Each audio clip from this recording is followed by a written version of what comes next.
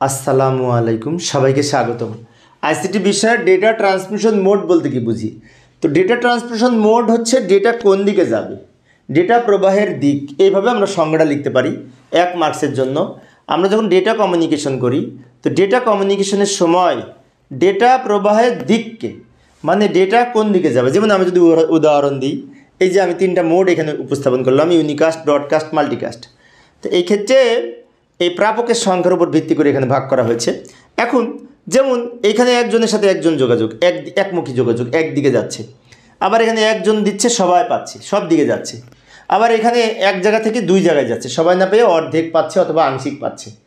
তাহলে ডেটা কোন দিকে যাবে, এর ধরনকেই ডেটা ট্রান্সমিশন মোড বলে।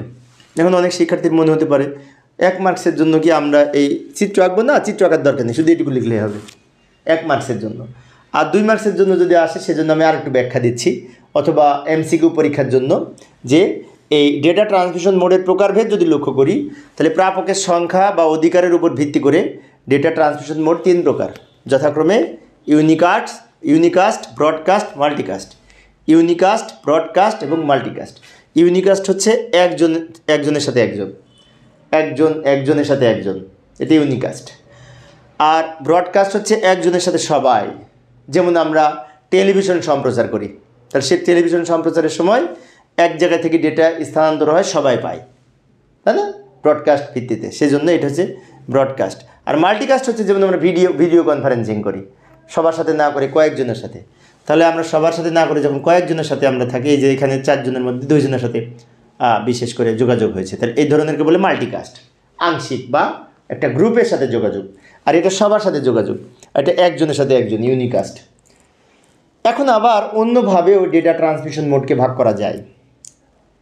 সেটি হচ্ছে এই যে ডেটা প্রবাহের দিকের উপর ভিত্তি করে, মানে ডেটাটা কোন দিকে যাবে তার উপর ভিত্তি করে আবার 3 প্রকার: simplex, half duplex, full duplex.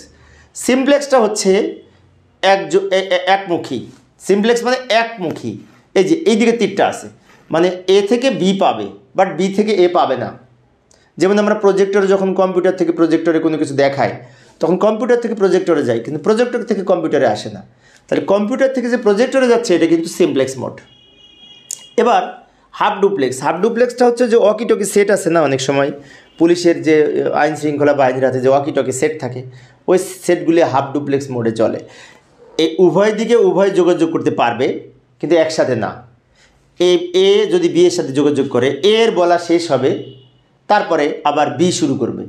আবার বি যখন শুরু করবে, তখন এ কিন্তু বললে বি শুনতে পাবে না। বি এর বলা শেষ হবে, আবার ওভার বললে এ বলা শুরু করবে। মানে দুজনের সাথে যোগাযোগ করতে পারবে, কিন্তু একই টাইমে না, একই সময়ে না, একজনের শেষ হলে আর একজন। এবার আসে ফুল ডুপ্লেক্স হচ্ছে র্যান্ডাম।